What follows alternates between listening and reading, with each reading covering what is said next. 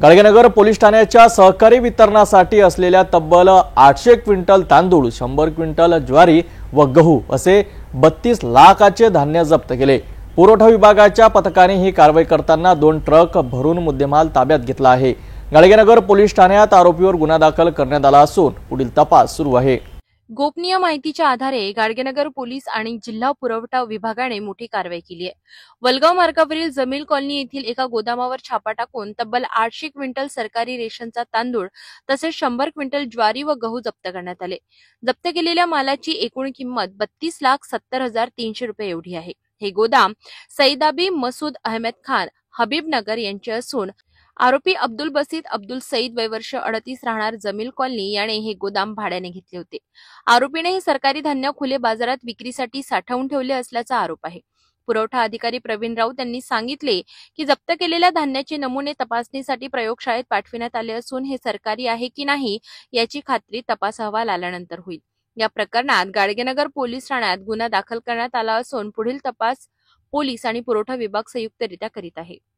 दिनांक 24/9/2025 ला गुप्त माहितीनुसार आमचे अधिकारी अन्नधान्य वितरण अधिकारी श्री प्रवीण राऊत तसेच भरारी पथकचे अधिकारी सहाय्यक जिल्हा पुरवठा अधिकारी श्री प्रज्वल पाथरे तसेच प्रज्वल पाथरे यांचे सहाय्यक निरीक्षण अधिकारी श्री निखिल नलावडे यांना गुप्त माहितीनुसार ते तिथे पोहोचले।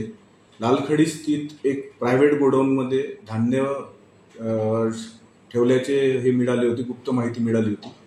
त्या माहितीनुसार तिथे पोहोचल्यानंतर त्याची तपासणी केली असता अनस्टँडर्ड धान्य तिथे तांदूळ वगैरे दिसण्यात आले। त्यानुसार ते गोदाम जे होते ते खाजगी गोदाम मालक सईदाबी अहमद खान यांचे गोदाम आले निदर्शनात आले। त्यानंतर तिथे विचारपूस केली असता ते सगळं धान्य अब्दुल बाशीद अब्दुल सईद यांचे असल्याचे ते निदर्शनात आले। त्या सगळं इल्लीगल स्टोरेज असल्यामुळे तिथे EC ऍक्ट अंतर्गत 3 आणि 7 नुसार गुन्हा दाखल करण्यात आला। रितसर गुन्हा 2 दिवस 25 तारखेला संध्याकाळी गाडगेनगर पोलीस स्टेशनमध्ये करण्यात आलेला आहे।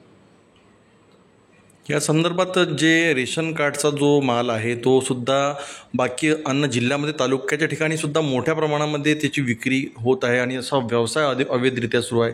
या संदर्भात सुद्धा काही कारवाई जिल्हा पुरवठा अधिकाऱ्याच्या माध्यमातून करण्यात आली का? नाही, आता हे रेशनचं धान्य आहे किंवा नाही आपण सध्या सांगू नाही शकत जोपर्यंत त्याचा पूर्ण अहवाल येत नाही। National food laboratory Navi Mumbai इथे आपण ते धान्य पहिले पडताळणीसाठी पाठवू। जर ते शासकीय धान्य आढळलं तर ते पोलीस पुढील कारवाई करेल, त्याच्यात आपण तसा अहवाल देऊ त्यात।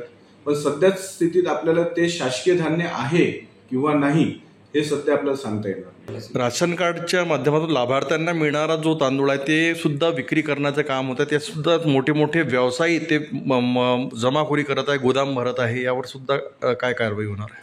या न्यूज द्वारा आपण लोकांना आज आवाहनच करणार आहे की कुठल्याही प्रकारचं धान्य अवैध साठवणूक, अवैध विक्री, अवैध खरेदी असं आपल्याला निदर्शनात आल्याबरोबर तात्काळ तालुका पुरवठा अधिकारी जे असतात किंवा तात्काळ तहसीलदार यांना कळवण्यात यावे, जेणेकरून आपण त्याच्यावर रीतसर कारवाई करू।